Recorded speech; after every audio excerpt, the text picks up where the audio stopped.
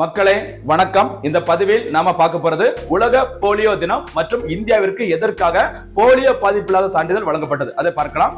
உலக போலியோ தினம் ஒவ்வொரு ஆண்டும் அக்டோபர் 24ஆம் தேதியில் கடைபிடிக்கப்பட்டு வருகிறது.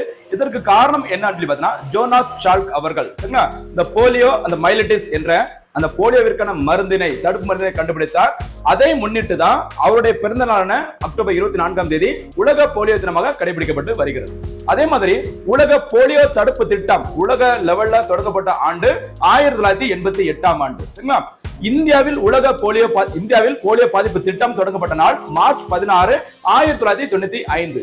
அதை முன்னிட்டு மார்ச் 16ஆம் தேதி இந்தியாவில தேசிய தடுப்பு மருந்து தினமாக கடைபிடிக்கப்பட்டு வருகிறது. இவ்வாறு 5 வயதுக்குட்பட்ட குழந்தைகளுக்கு போலியோ மருந்தினை சிறப்பாக செலுத்தி வந்த பிறகு கடைசியாக இந்தியாவில் அந்த போலியோ பாதிப்பு உறுதி செய்யப்பட்ட மாநிலம் வெஸ்ட் பெங்கால். சரியா? ஹவுரா அப்படிங்கிற இடத்துல ஜனவரி 13, 2011 அன்று போலியோ பாதிப்பு கடைசியாக உறுதி செய்யப்பட்டது. அதனைத் தொடர்ந்து 3 ஆண்டுகளாக இந்தியாவில் புதுசா எந்த ஒரு போலியோ பாதிப்பும் கண்டறியப்படவில்லை.